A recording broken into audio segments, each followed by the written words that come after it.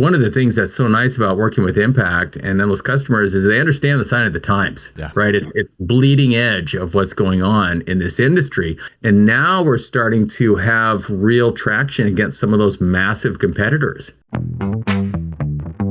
You're listening to the Endless Customers podcast, brought to you by the team at Impact. Endless Customers is the proven system to become the most known and trusted brand in your market. If you want to learn the principles of Endless Customers and how you can implement them in your business, pick up a copy of Endless Customers, a national bestseller, wherever books are sold. Ready to start implementing Endless Customers in your business?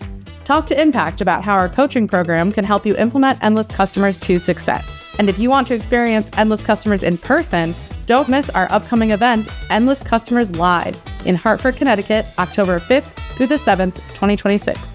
Registration is now open. And now, on to the show.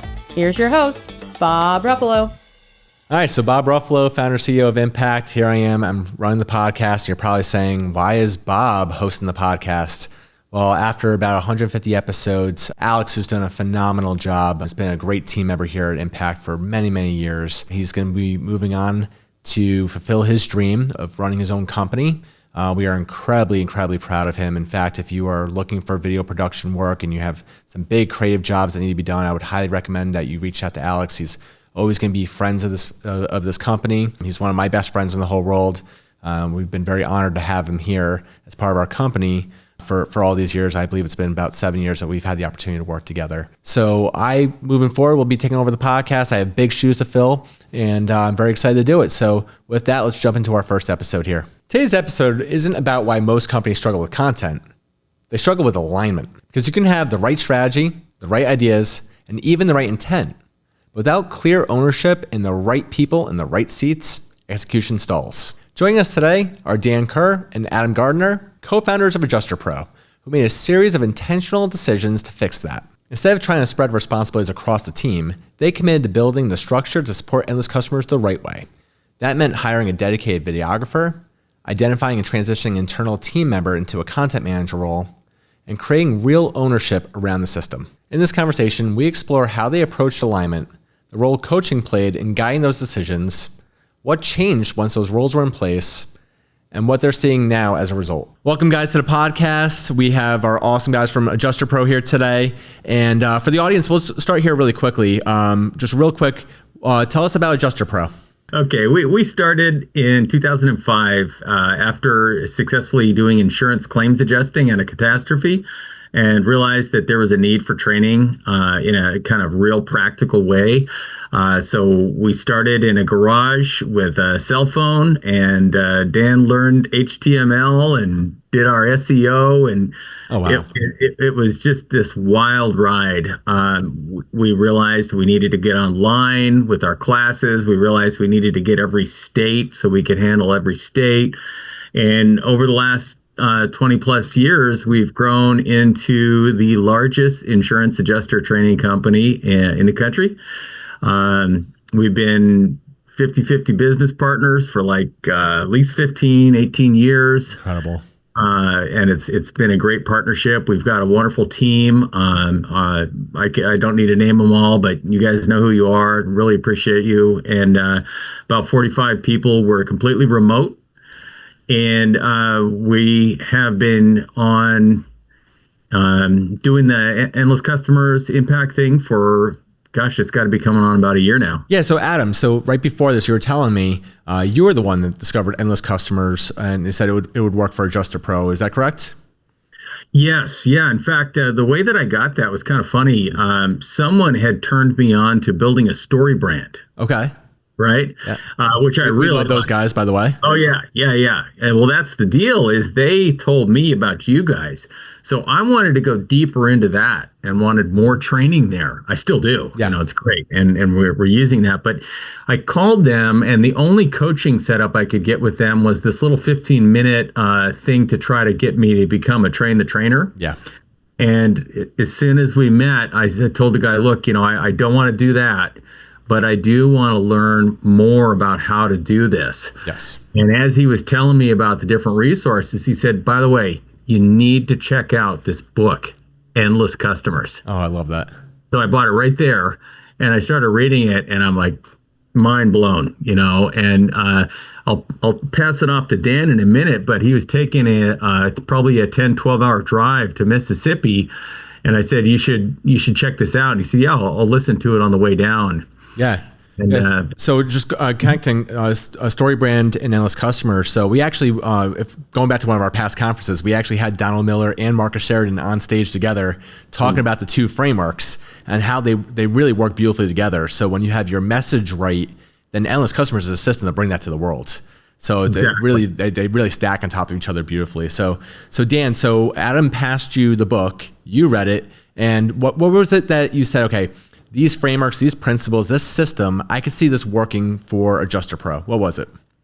Well, the interesting thing, it is true. I took about a 10-hour drive to Natchez, Mississippi, and I got through 75% of Endless Customers Audible. I think it's by Marcus. So you listened to Marcus for the whole time. Okay, wow. Yeah, I listened to Marcus for 9 hours straight. I was pretty amped up by the time I got pulled into Natchez, but what's interesting is that the principles of Endless Customers and They Ask You Answer are principles that we really had been embracing instinctively from the very beginning. Mm-hmm. Now, Adam and I, in our 20 years together, we worked together very closely for the first decade, and then we've been involved in other works and apostolates in the last decade, and we've really kind of come back just in the last year in a really focused and concerted way to work together here in what feels like kind of the third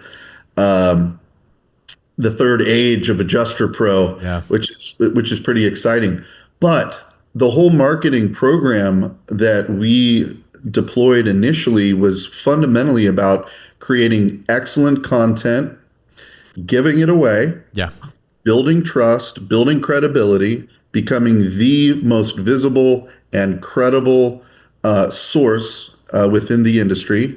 And so that's how we won at search engine optimization in the early days. Mm-hmm. And so when I was listening to Endless Customers, I thought, this is our approach. This is instinctively what we have been about all along.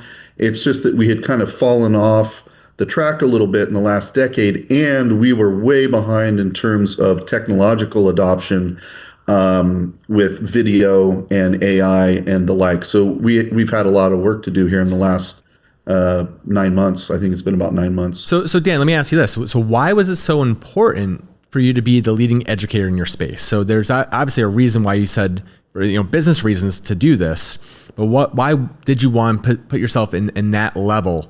Because I think there's a lot of CEOs and executives out there who say, hey, listen, we just got to get business, generate leads, give me leads, I'll get in my sales team, we'll close them. But you were for a long time thinking, like, we have to position ourselves with trust and credibility. We have to win their hearts and their souls so they love us and they want to work with us. Why? Put that together for me a little bit. Well, I imagine there are a number of reasons, and some of them are reasons of principle. It just seems like it's the right way to do business. Yeah. And I think that it doesn't seem manipulative. It doesn't seem like we're cutting corners. It's not.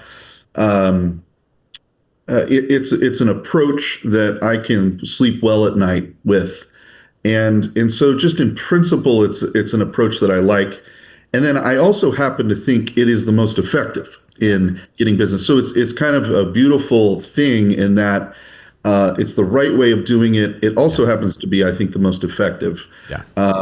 And that was just borne out through experience of doing it in the early days and seeing what kind of impact it would have with, in both our B2C and our B2B business. We really became the go-to authority within our industry for all kinds of things. The industry that we're in, there's a lot of kind of labyrinthine and arcane information, very hard to put together. And so we took the trouble to kind of connect all those dots, which seemingly are unrelated, and to be able to then present that in a hopefully an enjoyable format within an industry that's fairly dry. It's the insurance industry. Yep. Those just seemed like great opportunities, and that certainly proved to be the case. Yeah, you're very, very forward thinking and all that. Again, as people might be thinking, hey, I just need to generate deals, generate leads, generate business. And you're sitting here saying, no, I'm going to earn their trust. I'm going to earn, I'm going to make them fall in love with us. People do business with people. And they do business with people they know, like, and trust. Even in sales, we talk about when you have that level of authority, they already like you, they trust you, they prefer you. Deals just close so much faster. And you were very forward thinking and saying, we're going to put ourselves in that position so that when they are reaching out to us, they're not just looking at us as a vendor amongst other vendors. They're going to be like, I want to do business with AdjusterPro. I want to do business with Dan and Adam, and this is the company that's right for me. So I'd give you a lot of kudos for doing that. Yeah, thanks. And we are voracious readers here. So Adam and I just consume books. Yeah. And some of them aren't very good. And then every so often you find some real diamonds. And one of them was a book called Unmarketing. I don't know if you're familiar with that. I actually don't know that one. No. Yeah, I don't know. I was probably 15 years old. I mean, we're kind of old at this point. No, we're all the same age here, probably. Yeah, that's probably about right. Adam actually is ancient. He just has found the fountain of youth. But Scott Stratton wrote a book called Unmarketing, and it is a forerunner in a lot of ways to the Endless Customer's vision for precisely the things we're talking about. So I just want to tip my hat to that early book. But a lot of books have been our guide from early days. It's so funny as you're saying that, Dan. We often say here at Impact that the tactics will change, the digital landscape will change, but the principles don't. The way people make buying decisions, the way people, what they want to know before they are going to part with their money, none of these things ever change. So I'm sure that book today is just as relevant. The tactics might change in the book. If they're talking about, you have to do this with, SEO or things like that, that might be different today than it is, but the principles, if we hold on to those, it's amazing 15 years later, that's still your guiding light.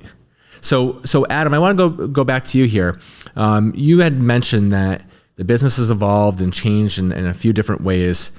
And now you're in your third iteration, and that Dan and you get to work together close again. So how do you guys divide up your responsibilities in the company? Well, that's actually a pretty easy question to answer, and I'll toss that to Dan. Okay. If you want a little bit of history there. Yeah, please.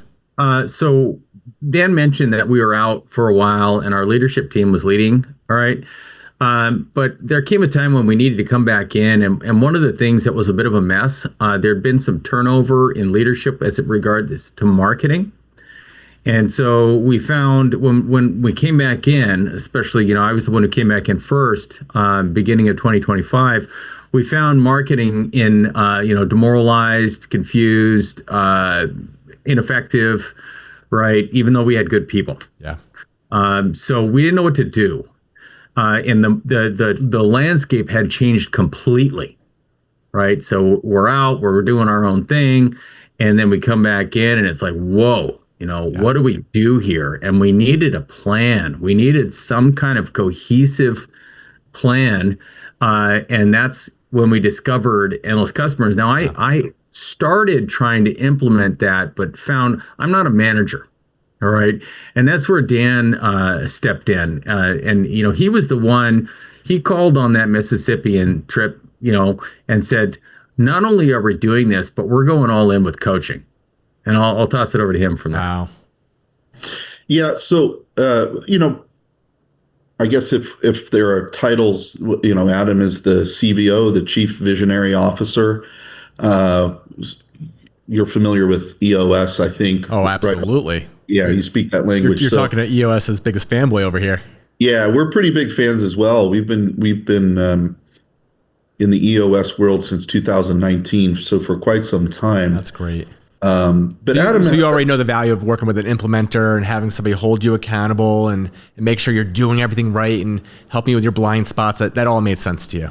Well, in fact, after I listened to Endless Customers and I was having that first conversation with Adam, I said, Adam, this is EOS for sales and marketing. Exactly. That's the way we describe it. I love that. And so we had seen a lot of success with EOS, and just to have that kind of structure, to have that kind of accountability, to have that focus, you can do a lot. There are a lot of good things that can be done, but you can't do all of them at once. You've got to work through a process. And so we needed that. And for me, it was just a no-brainer. So I've returned to AdjusterPro as the CRO, Chief Revenue Officer, and that's currently the title I have. And one of my chief responsibilities is to be the co-implementer and kind of the integrator, if as it were, for the customer's vision here with the company. Mm-hmm. Well, you guys are doing it right. You absolutely are. And by the way, when you're talking about your marketing team being a little bit lost in 2025, everything changed so fast. You were not alone.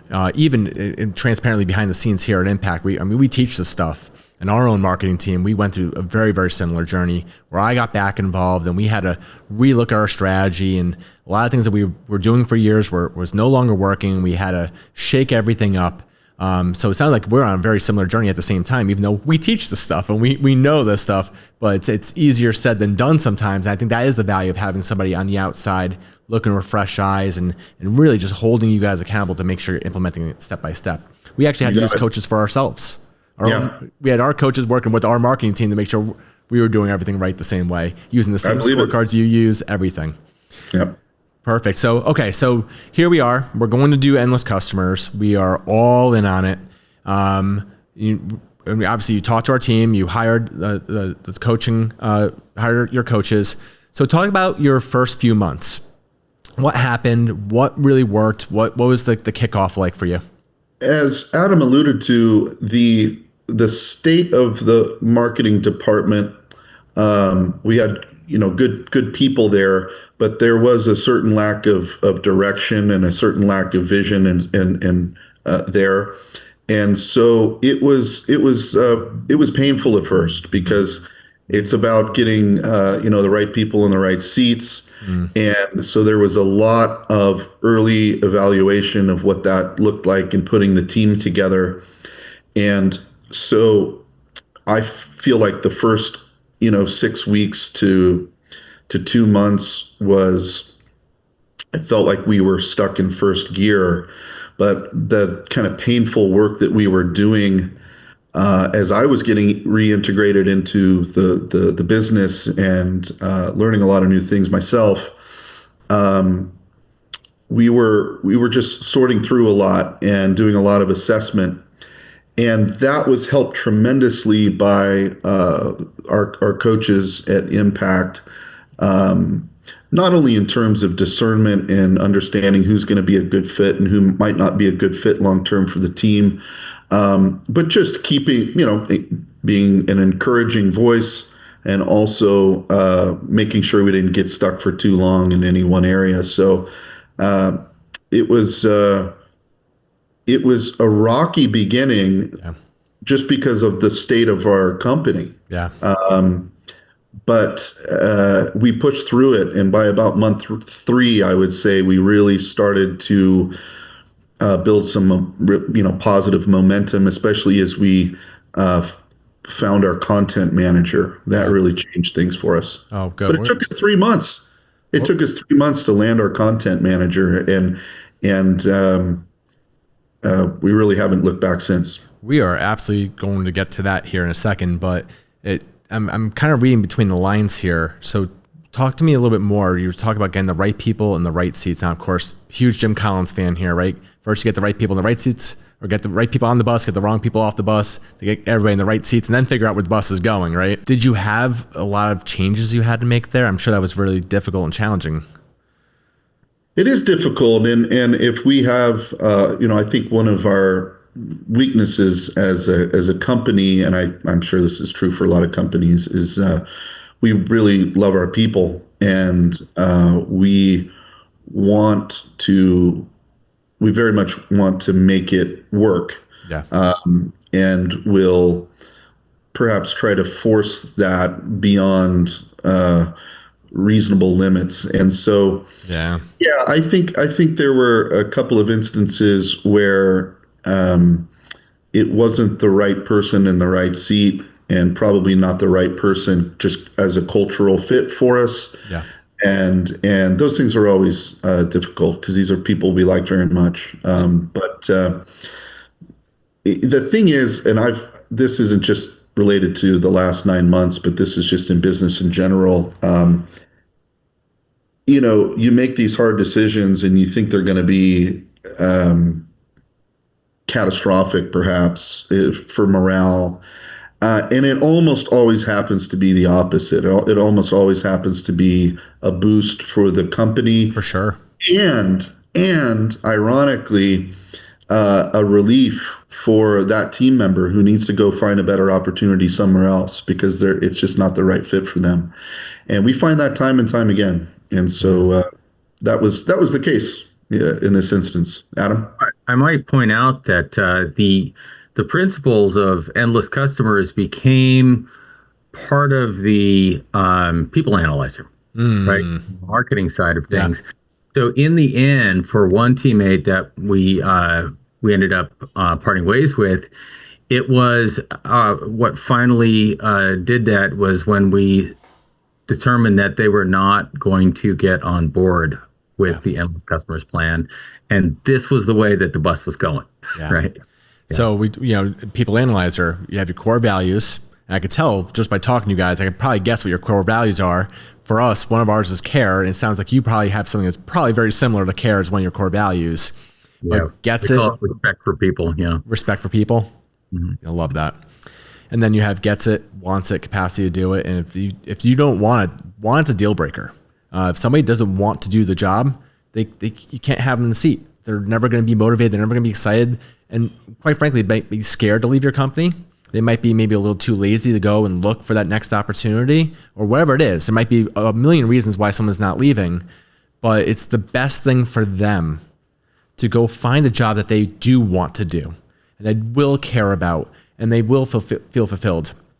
And quite frankly, maybe a job where they can make more money and grow and advance and provide more for their family. And it gives you the opportunity to get somebody in that seat who is the perfect person for that role, and they can grow with you and grow your company with you. So I think, you guys both said it's spot on. It's how important it is to have the right people in the right seats, doing the right jobs right, and helping you bring that bus to where it needs to go. So give you guys a lot of credit for that, because that's a very difficult thing to do. And we've been there too. I think as business owners, you guys have been around for over 20 years now, right? Yeah. So you've seen a thing or two. And we're going on 17 years here, so I can totally empathize with you. I'm sure our audience can empathize with you as well. But here we are now. We've got the right person in the seat. How did we get there? Well, interestingly, we thought we would have to cast a very broad net to find our content manager, and it turns out our content manager was right under our nose. Wow. Working in a different department. Yeah. And so when we put out an internal memo about this position and an external memo, we were broadcasting it, but we had a couple of people throw their hat in the ring within the team, and one of those team members was a gal who was in the on the product development team, and she was a writer, working as a writer in quality control there. And so she submitted her application, and very quickly we were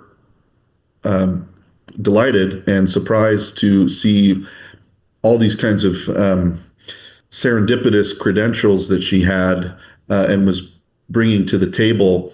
And the great thing is she'd already been screened, as a good culture fit for us. Yeah. And on top of that, she had a pretty good understanding of some of the inner workings of our product and the way that product is put together.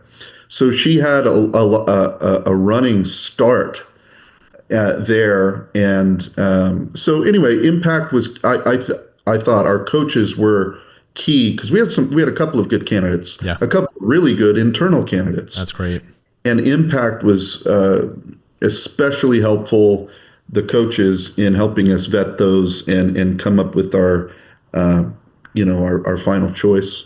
Can Can you talk more about that process? So what did they walk you through? I kind of know, but I want to hear from your own words. What were some of the tools that they used, and what was the process that they went through that made you say, okay, we actually do have someone that would be perfect for the role? Yeah, that's one of the things I'm thankful for already in working with Impact is you guys have shown us, I think, a better way to conduct vetting in the hiring process, because it's a very demanding process that Impact has. You've got to provide work examples, you're given assignments. Mm-hmm. So it's not as simple as, hey, submit your resume and then we'll have kind of a nice little 20-minute chat and we'll get back to you. It was much more structured, much more rigorous, much more demanding of the candidate. And so a lot of the candidates just sort of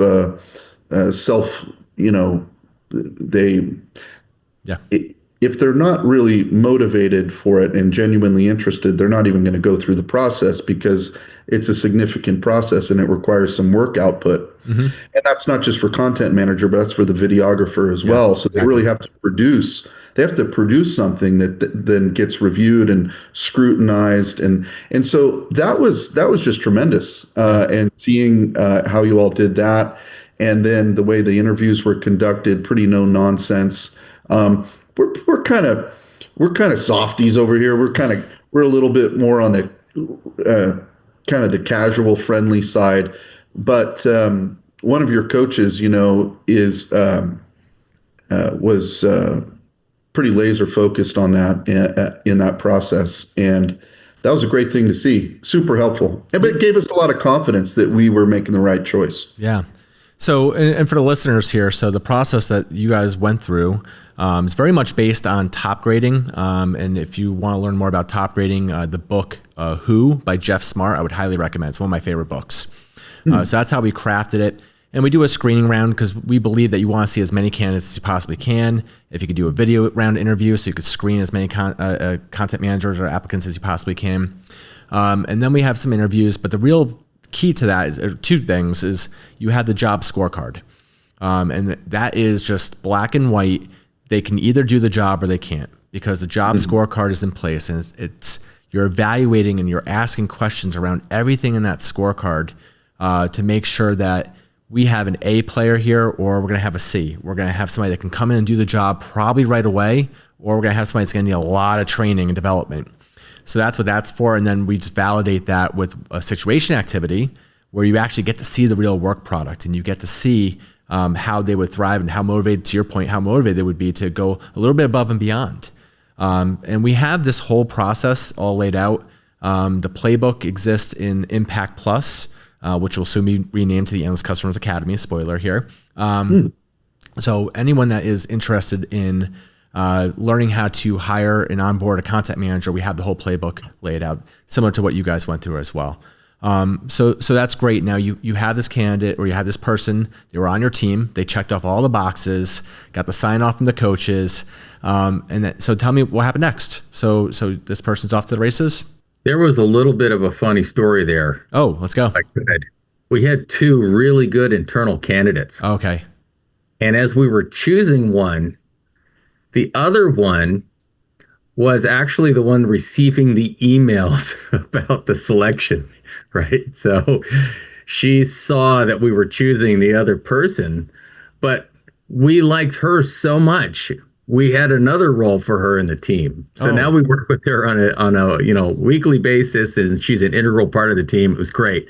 But it did get a little messy hiring from the inside. Oh no. Oh. Yeah.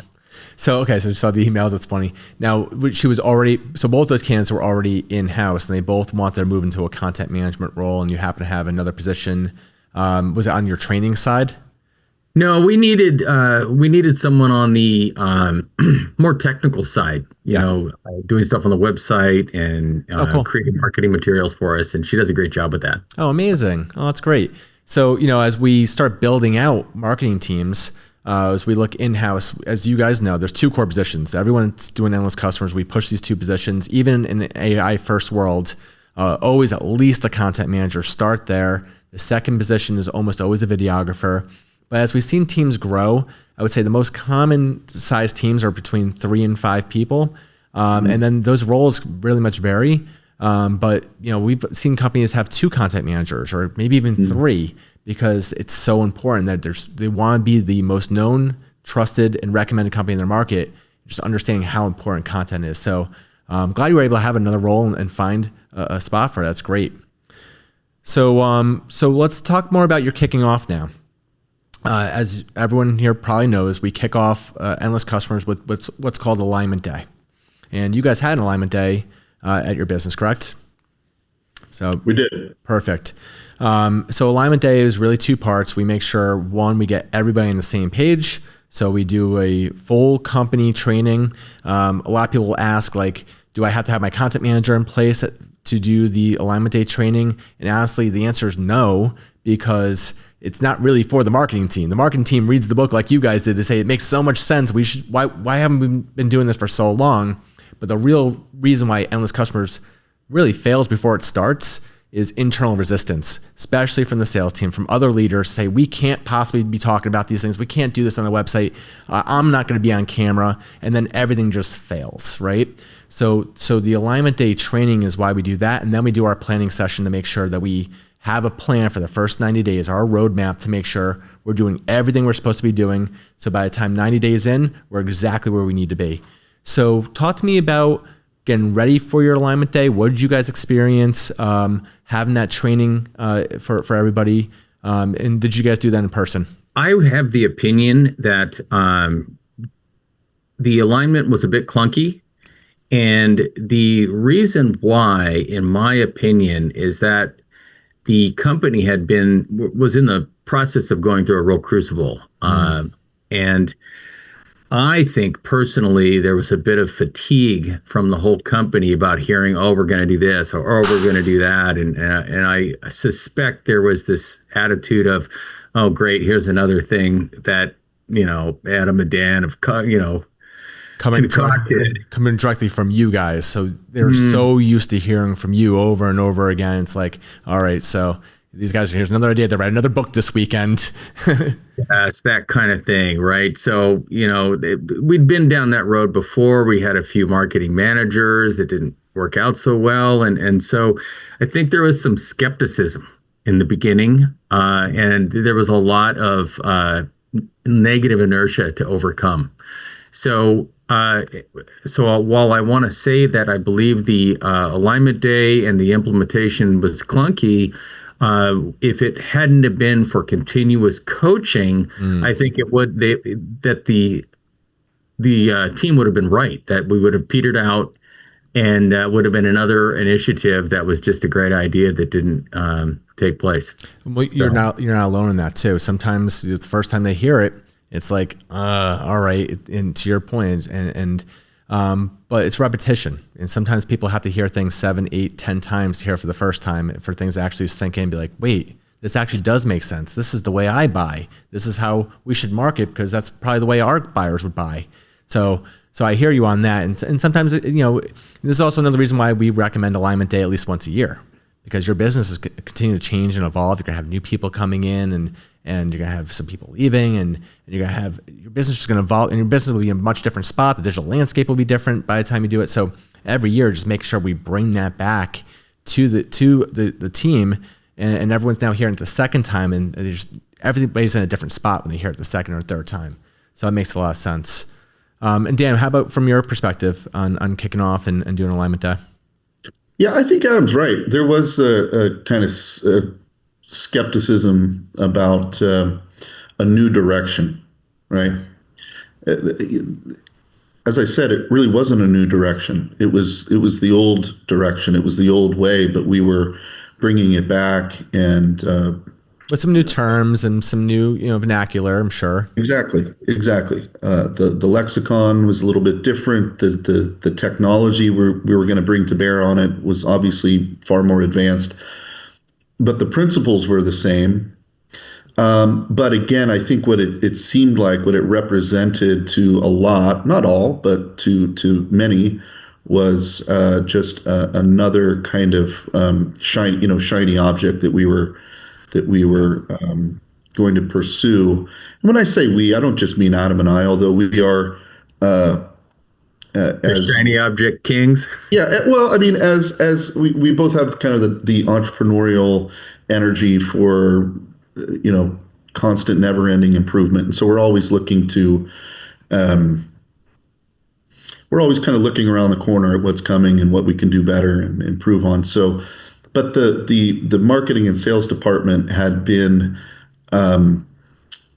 without clear direction and consistent direction for several years. Yeah.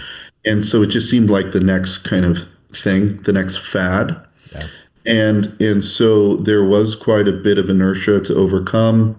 And I think Adam's right that the coaches really helped us to bear down on that and to persevere through some of that initial resistance and get through to the other side.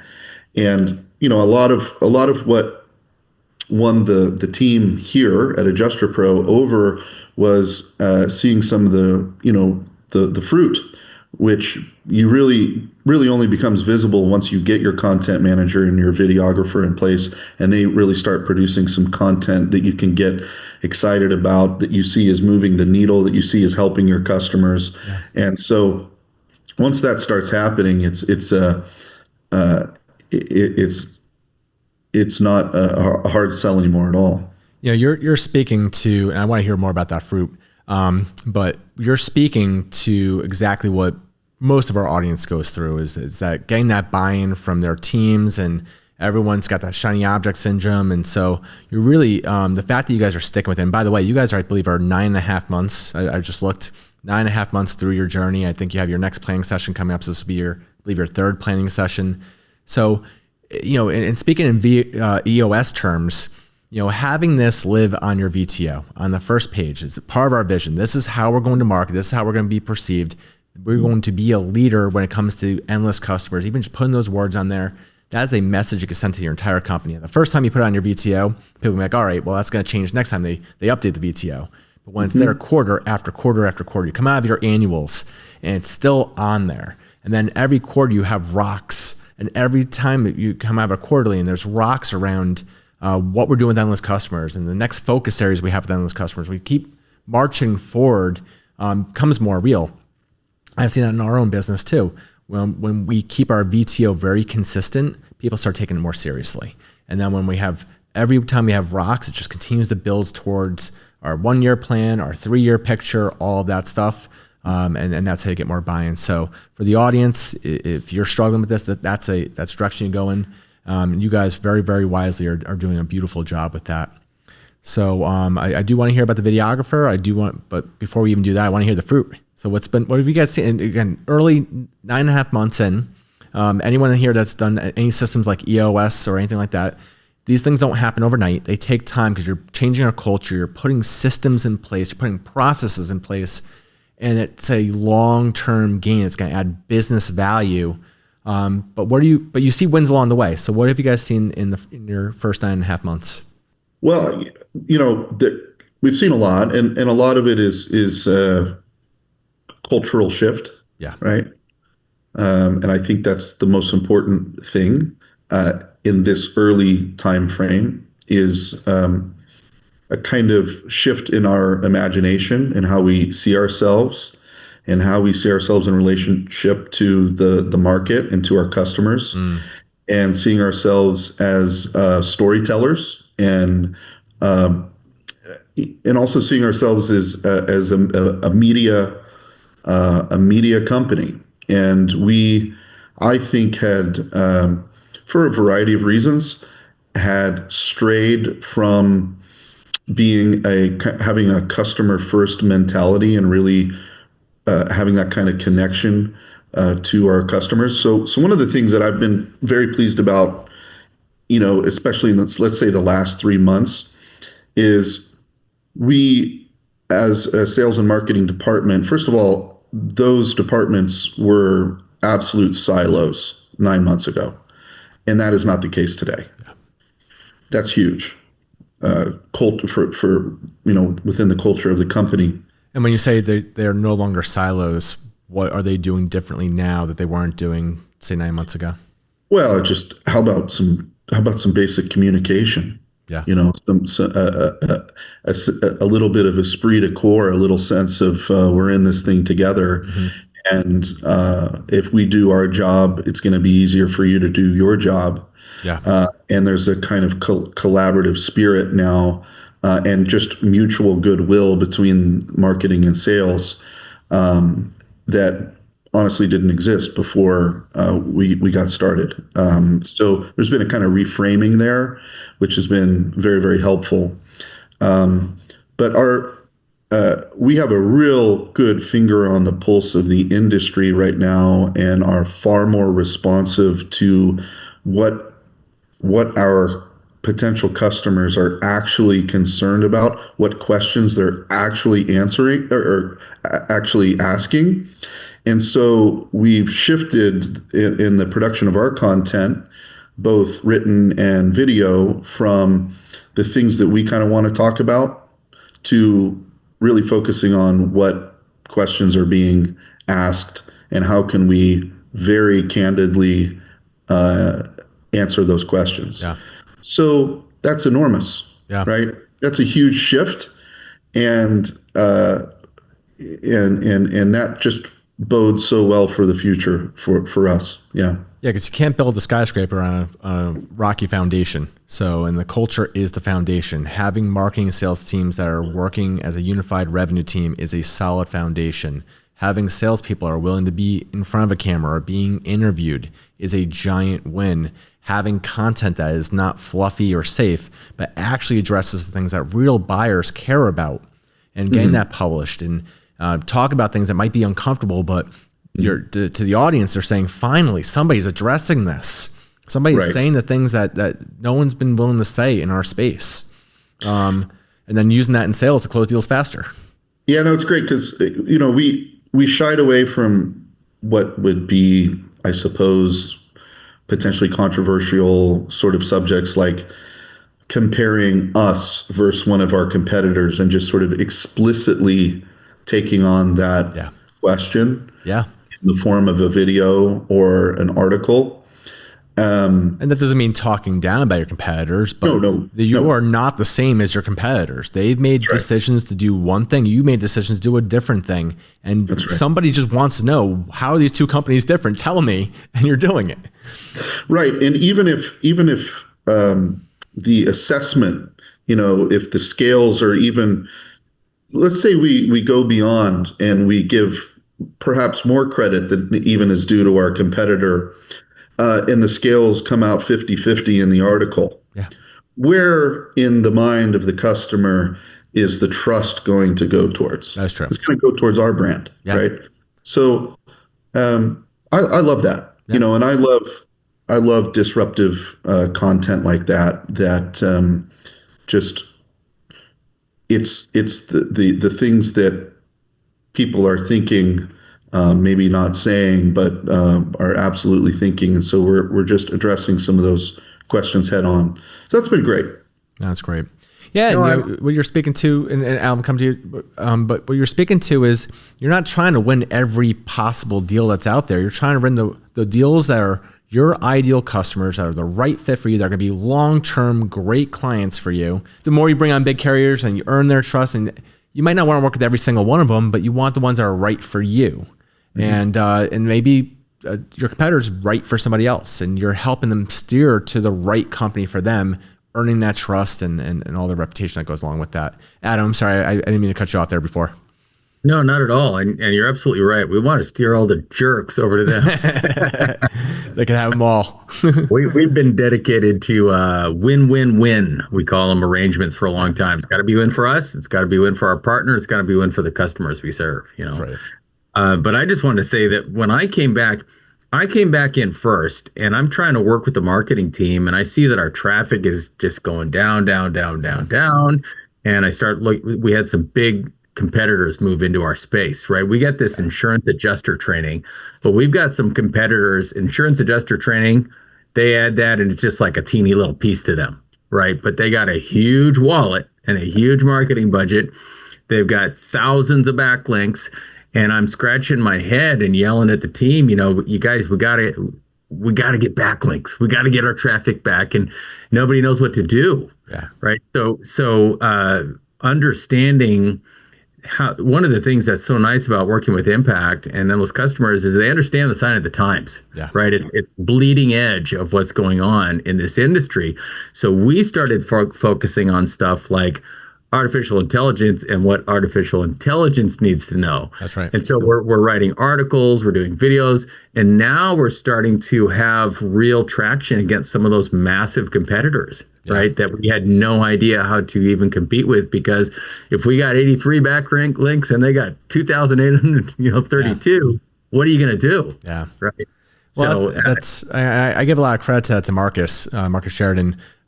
He's always been forward when it comes to all these things, and he saw this stuff 2 or 3 years ago, and I think we're very blessed to be able to follow him. But if you are trying to get your website traffic back, you're barking up the wrong tree. That is not what businesses should be doing today.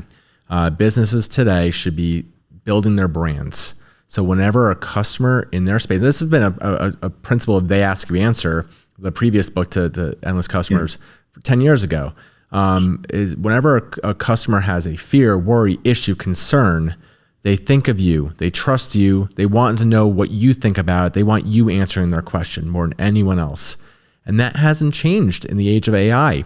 Now, the tools we use, we're not going to Google, but we're going to AI, and AI is not going to serve as much traffic to our website. But we build our brands on other platforms now. We build it on YouTube, we build it on social media, we build it wherever our customers are, as long as we are winning the mind share. And when they think of any issue that they have and they think of us first, then that's when we're winning, and they only want to do business with us.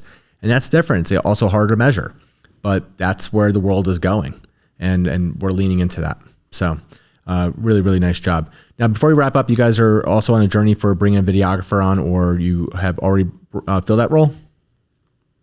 We have. Yeah, no, we have a videographer who's been with us for 3.5 months now. Okay, perfect. And so very similar process, I have to imagine, to bringing the videographer on as to the hiring process for the content manager. 100%. And the cool thing is, with the process, our videographer candidates had to produce their own videos specific to the candidacy and for this position at AdjusterPro. And so, we had some really interesting submissions there. Yeah. And the guy who ended up getting the position, Josh, just created a terrific video. And I think when all of us saw it, we thought, this is our guy. Yeah. You'll know when you know, right? Yeah. And, for many businesses, and especially I'm out there speaking, I'm talking to audiences, it's a lot for people to bite off to say, I'm going to bring on a content manager. I'm also going to bring on a videographer. I could probably just outsource this stuff, but you guys have seen through that. And then you bring on a coach, and it's a significant investment. But why, again, you talked about the coaching before, and you drew parallels to having an EOS implementer, but even bringing the two positions in-house, it's not the easiest thing for businesses to do. But what would you say to another business owner who's saying, should I do that? I suppose it would depend on their business culture. But I think for most folks that are busy executives like we are, you can see it's a great idea, right? You can have all the intention in the world, but you've got a bunch of initiatives. I mean, we got fires on a lot of different fronts. We're a growing business, and just to have that, return again and again to, okay, where are you? Where are you? We've got these 23 initiatives, right? From what I'm seeing, you've only done 8, right?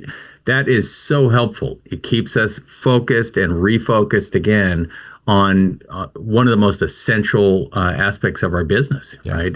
I was always told that business breaks down into get work, do work, keep score. And if you don't get work, the whole machine breaks down. Yeah.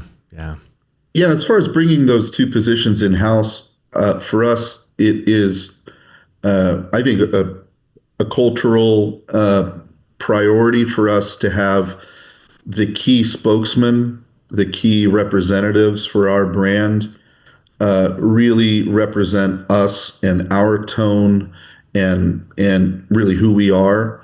And I'm just not comfortable with hiring that out to somebody who is representing multiple brands and multiple cultures. I really want it to be unique to us. I think that gives us a real edge, and then the kind of productivity that we are looking for right now requires two full-time people. That's right. Yeah. And so the return on investment to me it's a no-brainer. Yeah. Yeah, for sure. And by the way, Adam, I really like that. I never heard that. Get work, do work, keep score. That's like the 3 areas of business, right? Sales and marketing, operations, accounting, right? I love that. But it makes a lot of sense. And obviously we push in-house so much because they work alongside your team. They get to know you guys. They get to know the business, the culture, the history at a level that only employees get when they work inside of a business. When they're splitting their time, working months, then you guys just become a job for them, right? And they just want to get it done, get paid, versus actually helping the company do things. Your content manager is going to put out hundreds of pieces of content per year that's going to get in the hands of the sales team to help them close deals faster. And then your videographer is going to do the same thing, hundreds of videos a year, running your YouTube channel, optimizing all it, then going back to your videos and going back to this content and making sure it's optimized and performing at the highest level. That's something that most outsourced companies just don't do. So you have the right pieces in place. You guys have the right mindset. You built the culture right. Your foundation's strong. I am very, very much looking forward to having you guys back on the show here in 9 to 12 months, because you guys are going to be in a totally different spot. You're doing all the right things. We are very blessed to have clients just like you, because this is what it takes to really get to endless customers and become the most known, trusted, and recommended company in your market. You're doing all the right things. So before we wrap up, is there anything else that we missed today that you want to share to the audience? Well, one thing I would share is just how meaningful and valuable the conference was to us. Okay, cool. So I brought 3 of our team members to the conference in Chicago, and my expectations were genuinely surpassed. I have mixed feelings about conferences in terms of their value, and that was an incredibly valuable 2.5 days. A kind of a refresher, a full day of going over the principles again, but then seeing other companies and what they're doing and how they're implementing these principles gives you a lot of ideas. It gives you a lot of confidence. It gets the competitive juices flowing. You think, dang it, we're entering in this contest next year for, being the, showing what others won't show, or whatever those different awards. Core words. Yeah, and then the last day with you and Marcus, and you had another guest speaker, Kevin. That was especially valuable, and so to know that the thought leaders within the industry, and I mean the 1% of the 1%, are at the helm of this organization that we're partnered with, just gives me a lot of confidence. And I think, okay, we've hitched our wagon to the right horses here. And it was just, so for anybody who has an opportunity or is thinking about that conference, 100% would recommend attending it. And that comes from a person who doesn't tend to like conferences. So, Dan, that means a lot. Thank you so much. It was so great having you and your team there. And no doubt will you guys win one of the awards in the very near future. I hope you apply for all of them. And but really, and I'm part of the committee that gets to judge who wins the awards.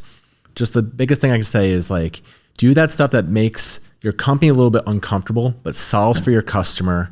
And that's what your customers want. And then because that they're going to do things with your business that otherwise it wouldn't have done. Right. So, Go for it. Just disrupt your industry. Do something really bold. Do something bold. Yeah. And then, we do these conferences every 6 months. We do them because this environment is changing so rapidly that last day, what we did in Chicago, will be obsolete when we're, Hartford comes up in October. So, that's the hardest part, is figuring out, okay, how are we going to push the boundaries again? And luckily I have Marcus that really pushes us forward there. So great. Well, guys, you're doing all the right things. We're so proud of you. We'll be back here. Hopefully we'll tell, you guys are winning an award. We'll do an episode around that. But if nothing else, we're going to talk about your entire journey in just a few months. Congratulations on everything. And we'll talk to you soon. Thanks, everybody. Thanks, Bob. It's a lot of fun. If you liked this episode, please take a minute to leave us a review. Thanks for checking out the Endless Customers podcast.